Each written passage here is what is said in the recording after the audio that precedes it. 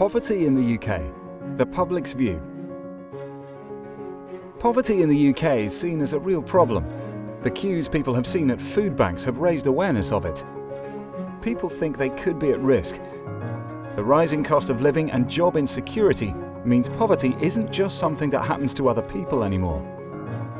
But this increased awareness doesn't mean that there aren't still challenges that exist. The public don't trust the poverty statistics produced by the government.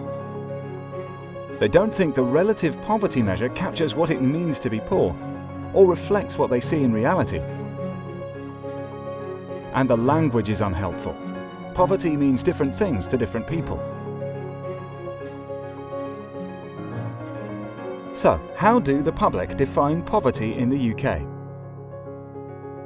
Being in poverty means not having enough to buy food, pay for housing, light or heat a home, what the public see as being a person's fundamental needs. It's about not having choices and being trapped by your circumstances. It's living with a poverty of aspiration, not knowing a different kind of life is possible.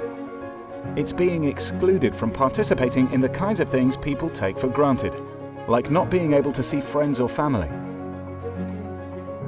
It's when you're not represented fairly in the media, and your situation isn't reflected culturally.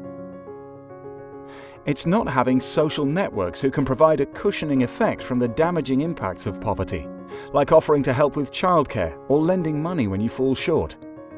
And it's about recognizing the damaging impact that any one of these can have on a person's well-being, and understanding that it gets worse over time. So, what needs to be done? Because they don't do anything to tackle the causes of why people are poor. Instead, they want policies that directly target those in poverty, so the money goes to where it is most needed. What they mean by this is that policies designed to bring down the cost of living will benefit everyone, even those on high incomes.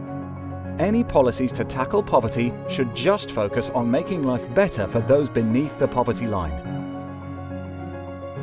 Policies should also focus on getting people into work, a thing that can be achieved by government alone. And the public don't think employers will increase wages without some incentive, like tax breaks, to do so. Indeed, the problem of poverty in the UK is so big now that government, employers and the voluntary sector need to come together to fight it. But it is thought to be a fight worth having.